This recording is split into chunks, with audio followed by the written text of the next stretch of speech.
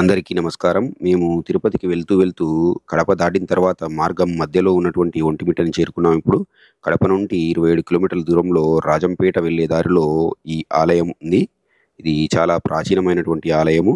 16వ శతాబ్దంలో చోళ మరియు విజయనగర రాజుల కాలంలో నిర్మింపబడ్డ ఈ ఆలయాన్ని దర్శించుకోవడానికి వెళ్తున్నాము. ఇప్పుడే కార్ పార్క్ చేసి ఆలయం వైపు వెళ్తున్నాం మేము.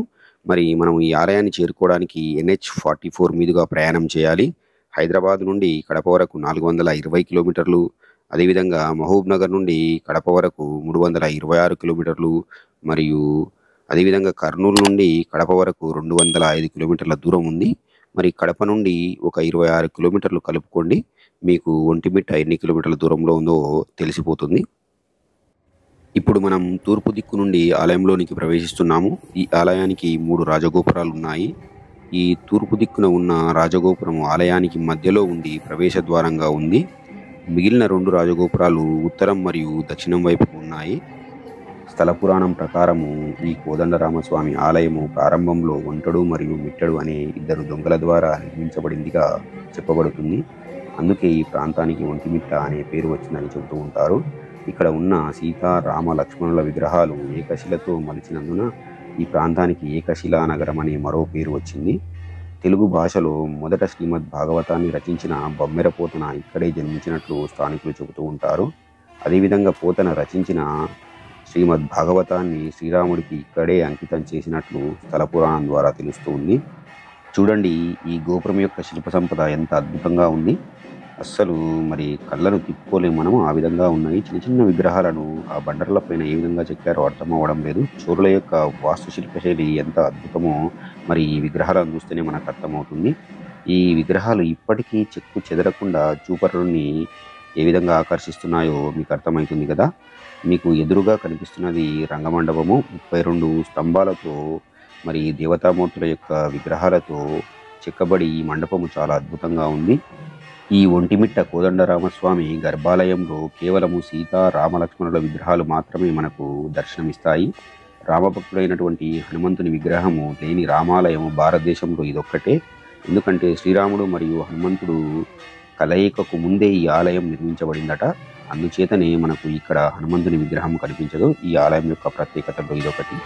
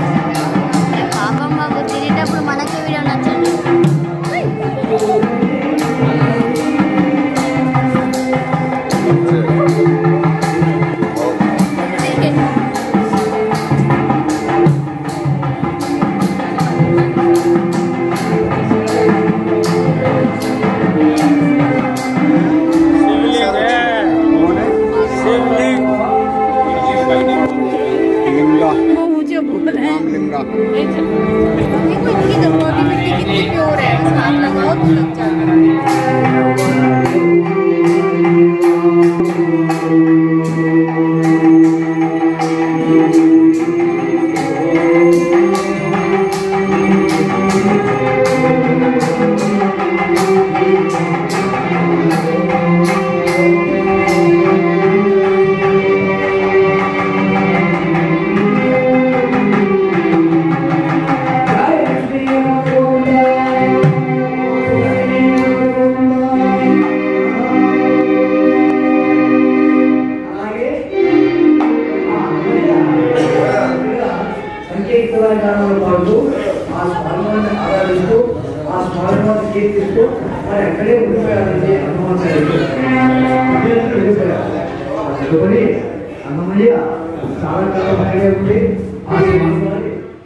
ఈ ఆలయం ముఖద్వారం ఎత్తొచ్చేసి 160 అడుగులు.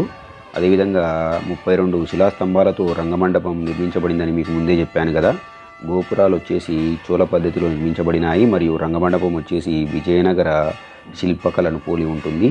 చోళ మరియు విజయనగర వాస్తు శైలులు మనకు ఈ ఆలయంలో దర్శనమిస్తాయి.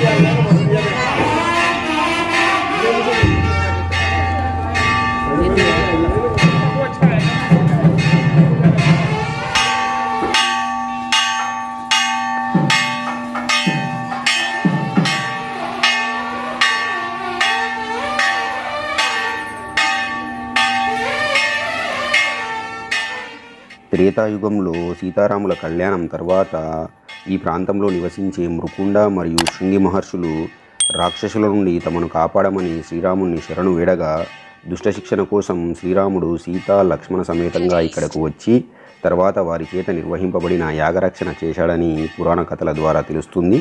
అందుకు కృతజ్ఞతాభావంతో ఆ మహర్షులు సీతారామ లక్ష్మణ విగ్రహాలను ఏకశిలతో నిర్మింపజేశారనేది ఇక్కడి కథనం. ఇంకో కథనం ప్రకారము జాంబవంతుడే ఈ విగ్రహ ప్రతిష్టాపన చేశాడని చెబుతారు. శ్రీరామనవమి రోజున ఈ ఆలయంలో ప్రత్యేక పూజలు మరియు కార్యక్రమాలు నిర్వహిస్తారు. అదేవిధంగా ఆంధ్రప్రదేశ్ ప్రభుత్వం తరపున తలంబ్రాలు మరియు పట్టు వస్త్రాలు కూడా సమర్పిస్తారు. మనము ఇక్కడకు చాలా సులువుగా చేరుకోవచ్చు. కడప నుండి రాజంపేటకు వెళ్ళే బస్సులన్నీ ఈ మార్గం గుండానే వెళ్తాయి. NH44ను ఆనుకొని ఈ ఆలయం ఉంటుంది. రాజంపేట మరియు కడప దగ్గరలో ఉన్నటువంటి రైల్వే స్టేషన్లు, తిరుపతి విమానాశ్రయము ఇక్కడ నుండి 100 కిలోమీటర్ల దూరంలో ఉంది.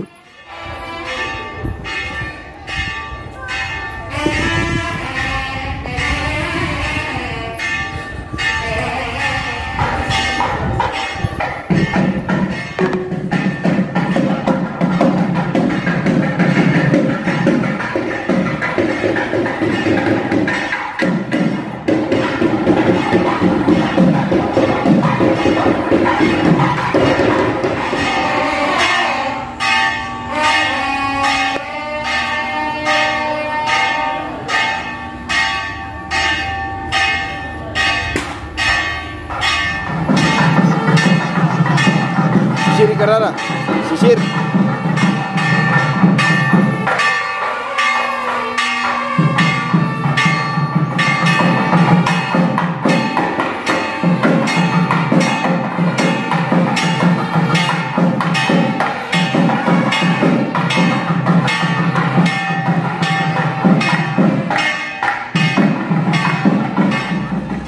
మరి ఇదండి ఒంటిమిట్ట లేదా ఏకశిలా నగరం యొక్క కోదండరామస్వామి ఆలయం యొక్క చరిత్ర. ఇక్కడి పడుతుంది. మేము దర్శనం చేసుకొని తిరిగి బయలుదేరుతున్నాము. తిరుపతి వైపు వెళ్ళాలి మేము ఇప్పుడు.